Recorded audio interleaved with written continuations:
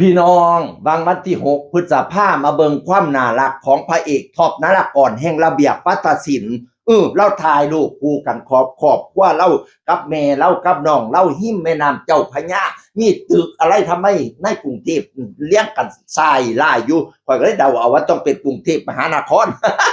แล้วก็เขียนโพสต์ว่าวันครอบครัวลูกหัวใจแดงจึงครึ่งแล้วก็ลูกบ้านแล้วก็ลูกคมยิ้มวันครอบครัวHappy birthday to you มัมวัสนาสุขสันต์วันเกิดครับแม่Happy birthday to มัมสุขสันต์วันเกิดครับแม่เป็นวันเกิดแม่แล้วพี่น้องเอ๋ยอุ้ยเป็นตาหักเป็นตาแพงเป็นตาแยกเป็นตาเบิงเนาะขนาดบ่มีเวลาดิพระเอกท็อปนรกรนะเดินสายว่าสันระเบียบวัฒนศิลป์สามารถสิมีมือหยุดมือย้อนนอกจากนั้นไปถ่ายละครกับพ้องกันรับงานอีเวนต์กับพ้องกันเพิ่งไปรับงานคู่กันกับเต้าหยองระเบียบวัฒนศิลป์งานคู่พระเอกอันเต้าพี่เต้าน้องนั่นน่ะบัดนี้ก็มาเลี้ยงวันเกิดให้แม่โอ้ยปีกเวลามาให้แม่เป็นตาฮักให้บักล่าจังสิละมอบความสุขให้กับแม่ให้แม่มีความสุขเฮาก็ได้รับบุญรับกุศลพร้อมให้เจริญเด้ออีพ่อขอยกัดความกตัญญูกตเวทีบ่เคยเฮ็ดให้ผู้ใดตกต่ำเพิ่นว่านั่นน่ะเพิ่นว่าคุณพ่อแม่นี่หนักกว่าผู้ผาแม่นเจ้าหินมาสั่งซาบ่มีวันสิเทียมเท่าคุณเรายำข้าวหมกคุณเราจกข้าวป้อนแต่ลูกอ่อนยังไว้คุณเราปล่อยเปกอมนอนแต่ขึ้นจนแจ้งลูกบ่หลับแม่สั่งสิหลับตาลงใดลูกให้แม่ต้องตื่นอันนี้ล่ะคุณแม่เจ้าเฮานั่นอย่าได้ลืมเนี่ยเมื่อลูกเจ็บป่วยไข้แม่ก็นั่งอดหลับเด้บ่เป็นอันกินนอนย้อนว่าห่วงบุตรตาน้อยแม้นอาหารยำค่ำค่าได้ปากหากว่าลูกอยากได้กะไข่ให้บ่ขิน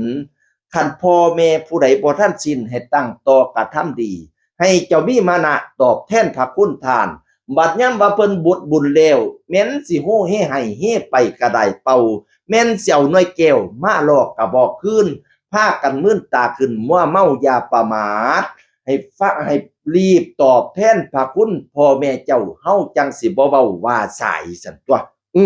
ตอนเพิ่นมีชีวิตอยู่นี่ตอบแทนพระคุณเพิ่นบ่แม่นว่าเพิ่น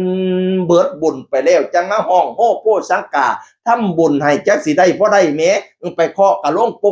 กแต่งพระเขาน้อยให้สัตว์ตัวมื้อเพิ่นเบิดบุญแต่งพระเขาน้อยให้เคาะกะลงปกอีแม่เอ้ยอีพ่อเอ้ยมากินข้าวเด้อจะว่าเราสิลูกมาบ่เอาเฮาก็บ่รู้หรอกว่าลูกมาบ่ลูกมาที่แน่ๆคันเลี้ยงตอนเพิ่นได้ยังมีชีวิตอยู่มานั่งกินข้าวเนี่ยเพิ่นได้กินแน่นอนพี่น้องเอ๋ย ให้ตัวได้บุญหลายให้ตัวได้หุ่งเงี้ยงเลี้ยงเหลี่ยมเด้อพระเอกท็อปนรกรผู้เป็นลูกเป็นเต้าทั้งหลายกะนี่ละเฮ็ดน้ำท็อปนี่ละ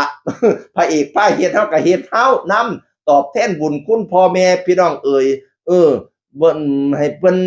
ได้มีความสุขเฮาก็มีความสุขนำพี่น้องเอ๋ยนี่ละเอาเลี้ยงท็อปนรกรมาต้อนมาฝากจากผู้ขาเสียหึงว่าสิเว้าหยังเราก็ลืมคิดก่อนบ่มีแล้วล่ะบ่มีแนวเว้าแล้วล่ะ